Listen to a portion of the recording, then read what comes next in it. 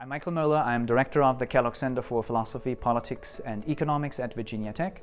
The Kellogg Center is an interdisciplinary research center that spans the College of Liberal Arts and Human Sciences. The core research areas of the center are really the central fields in philosophy, politics, and economics. That includes the methodology of the social sciences, political economy, social justice, and as well question in well-being and welfare theory.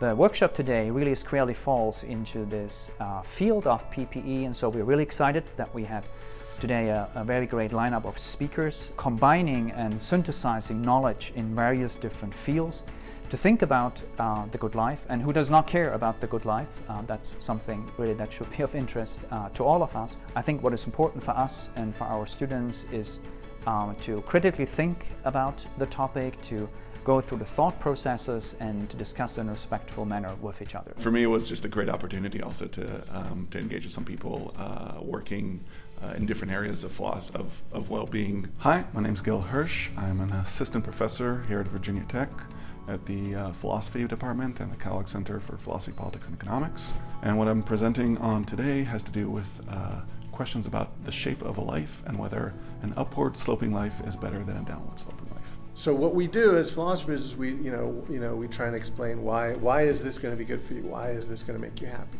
My name is Mike Bishop. I'm from Tallahassee, Florida. I teach at Florida State University. I teach philosophy. I defend a view of well-being that basically says that your life is going well for you when the good things in your life today bring you more good things tomorrow. 4 major theories is, because you're gonna enjoy it, you're gonna like it, it's gonna be fun. So you got good feelings.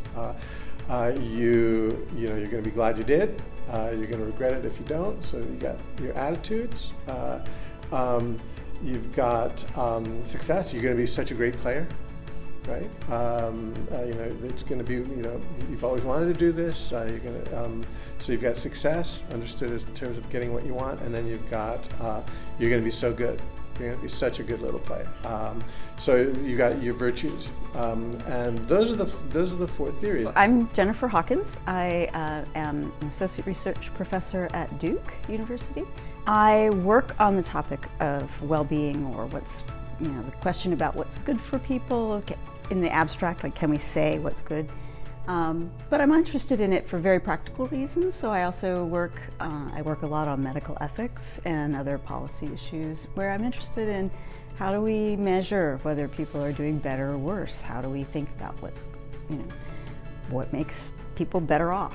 If you like something, you have a kind of reaction to it and that makes sense of certain responses to it. So if something looks appealing, you're going to look at it longer. My name is Tyler Durash.